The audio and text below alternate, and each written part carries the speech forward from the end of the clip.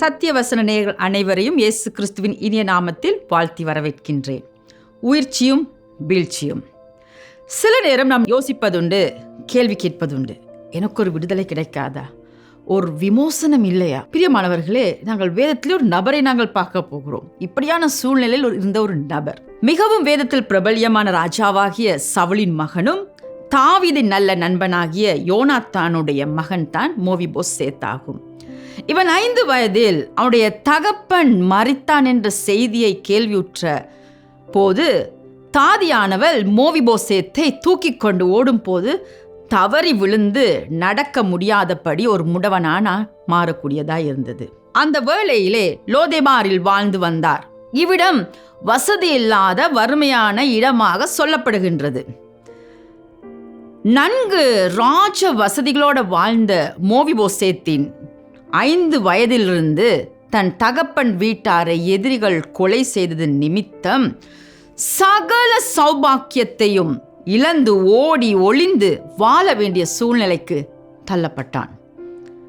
அந்த நேரத்தில் தான் தாவீதுக்கு ஒரு சிந்தனை உண்டாகின்றது. தாவீதும் யோனத்தானும் நல்ல நண்பர்கள். யோனத்தான் மரித்த பின்பதாக தாவீது ராஜா தனது நண்பன் யோனத்தானுக்கு கொடுத்த வாக்குறுதியை நினைவு கூர்ந்தார். அவர் கேட்கிறாரு, நாங்கள் 2 சாமுவேல் 9ஆம் அதிகாரம் 1ஆம் வசனத்தில் பார்க்கக்கூடியதா இருக்குது. யோனத்தான் நிமித்தம் தயவு பெற யாராவது சவுலின் வீட்டாரில் இன்னும் உண்டா என்று தேடி பார்க்க சொல்றாரு. ஏனென்றால் தாவீதும் யோனத்தானும் செய்த உடன்படிக்கை அங்கே அவருக்கு ஞாபகத்துக்கு வருகின்றது. 1 சாமுவேல் 20ஆம் அதிகாரம் 1 நாங்கள் பார்க்கக்கூடியதா இருக்கும்.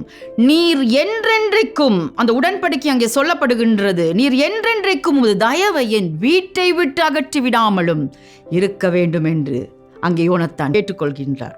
இப்படி அழைத்து வரப்பட்ட மோவிபோசேத், அதாவது தாவீது இதை நினைவு கூர்ந்த பின்பதாக அங்கே தன்னுடைய சேவர்களை கொண்டு அழைத்து வரும்படி மோவிபோசேத் எங்கே இருக்கிறார் என்று அங்கே பார்த்து ஷீபாவிடம் சொல்லும் பொழுது மோவிபோசேத் பயத்தோடு, அதாவது தகுதியில்லாத மனப்பான்மையோடு இப்படி பயந்து அவனுக்கு முன்பதாக வந்து நின்ற மோவிபோசேத்தை தாவீது எப்படி கவனிக்கிறார் தெரியுமா? இரக்கத்தை வெளிக்காட்டி அங்கே அவரை கவனிக்கிறதை நாங்கள் பார்க்கக்கூடியதா இருக்குது. இரக்கத்தை மட்டுமல்ல, அவருடைய தகப்பன் வீட்டாருடைய நிலங்களும் ராஜ சமூகத்திலே ராஜாவோடு பந்தியில் அமர்ந்து உணவருந்தும் சிலாக்கியத்தையும் அங்கே தாவீது மோவிபோசேத்துக்கு கொடுக்கிறார். இப்போ மோவிபோசேத்துடைய வாழ்க்கையில் அவன் நினைக்காத காரியங்கள் நடக்கின்றது. இதுவரை பயத்தோடு இருந்து, இதுவரை அங்கே ஒதுக்கப்பட்டு, இதுவரை அங்கே சூழ்நிலைகள் அவனுக்கு எதிராக இருந்த இந்த நேரத்தில் அவனுடைய வாழ்க்கையில் நினையாத காரியங்கள் நடைபெறுகின்றது. முதலாவது நாங்கள் பார்த்தோம், ராஜ அரண்மனையிலிருந்து மரண பயத்திலிருந்து கொண்டு வரப்பட்டு அவன் மீண்டும் அதே இடத்துக்கு திரும்பி செல்லுகிறான். அவன் ராஜ அரண்மனையில் வாழ்ந்தவன், வளர்ந்தவன். ஆனா பாருங்க, அவன் மரண பயத்தின் நிமித்தம் கொண்டு போகப்பட்டு மீண்டுமாக அதை எங்க விட்டு வந்தானோ அந்த இடத்துக்கு அவன் போய் நிற்கிறதை பார்க்கக்கூடியதா இருக்கு. நிச்சயமாக அவனுடைய அங்கே தாதி அவன் வளரும் காலத்தில், அதாவது மோவிபோசேத் வளரும் காலத்தில் அவனை குறித்து, அவனுடைய பெற்றோரை குறித்து, அவனுடைய தகுதியை குறித்து கட்டாயம் சொல்லி கொடுத்திருப்பாள். இரண்டாவது, ஒன்றுமே இல்லாமல் வாழ்ந்த அவனுக்கு தன் தகப்பன் வீட்டாருடைய நிலங்கள் கிடைக்கும் என கனவில் கூட நினைத்திருக்க மாட்டான். அதை தாவீது மீண்டுமாக பெற்றுக் கொடுக்கின்றார். மூன்றாவதாக, ராஜபந்தியில் அமர்ந்து உண்ணும் சிலாக்கியத்தையும் அவன் பெற்றுக்கொள்கின்றான். கடைசியாக நாங்கள் பார்க்கும் பொழுது அங்கே மோவிபோசேத்துக்கு சீவாவும் அவன் குமாரர்களும் பணிவிடை செய்ய அங்கே நியமிக்கப்படுகின்றார்கள். கற்றுக்கொள்ள வேண்டிய பாடம் உண்டு அன்பானவர்களே. லோதேபாரில் என்னும் போது அந்த இடமானது வறுமையும் வசதியும் இல்லாத இடமாக காணப்பட்டது. பிரச்சனையான சூழ்நிலையில் மத்தியில் விடிவே வராதா, மூச்சு திணறி சாகும் அங்க தருவாய், எங்க பார்த்தாலும் அவமானம், வாழ்க்கையில நம்பிக்கை என்பது துளி கூட இல்லை.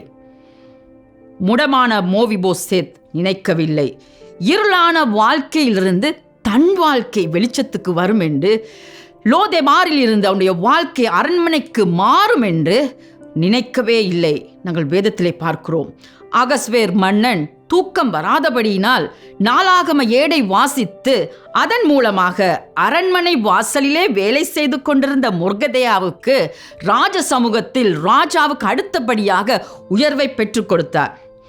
அதேபோல் மோவிபோசேத்தின் தகப்பனாகிய யோனத்தான் மூலமாக, அதாவது தாவீதினதும் யோனத்தானதும் நட்பு வெளிப்பாடு என்று சொல்லலாம், மோவிபோசேத்துக்கு ராஜாவின் கண்களில் அதன் மூலமாக தயவு கிடைத்தது. இழந்து போன சகலவற்றையும் திரும்ப பெற்றுக்கொண்டான். எல்லாம் தலைகீழாக மாறியது. அன்பானவர்களே, நெருக்கத்திலே இருந்து தேவன் நம்மை தூக்கிவிடும் பொழுது அவர் நம்மோடு வாசம் பண்ணுகிறார். 1 சாமுவேல் இப்படியாக சொல்லுகிறது. 1 சாமுவேல் 2ஆம் அதிகாரம் 8ஆம் வசனம், அவர் சிறியவனை புழுதியிலிருந்து எடுத்து எளியவனை குப்பையிலிருந்து உயர்த்துகிறார். அவர்களை பிரபுக்களோட உட்காரவும் மகிமை உள்ள சிங்காசனத்தை சுதந்தரிக்கவும் பண்ணுகிறார். பூமியின் அஸ்திபாரங்கள் கர்த்தருடையவைகள், அவரே அவைகளின் மேல் பூச்சக்கரத்தை உண்டு பண்ணினார். He raised the poor from the dust and lifts the needy from the ash heap. அன்பானவர்களே, இன்று உங்கள் நிலைமை எப்படி இருக்கிறது? இன்று நீங்களும் அப்படி இருக்கிறீர்களா? நெருக்கத்திலே இருக்கிறீர்களா? பிரியமானவர்களே, நெருக்கத்தில் இருக்கும் பொழுது ஆண்டவரை கூப்பிடுங்க. அவரை கூப்பிடும் பொழுது நிச்சயமாக அந்த 1 சாமுவேல் 2ஆம் அதிகாரம் 8ஆம் வசனம் சொல்லுகிறது போல சிறியவனை புழுதிலிருந்து எடுத்து எளியவனை குப்பையிலிருந்து உயர்த்துகிறார்.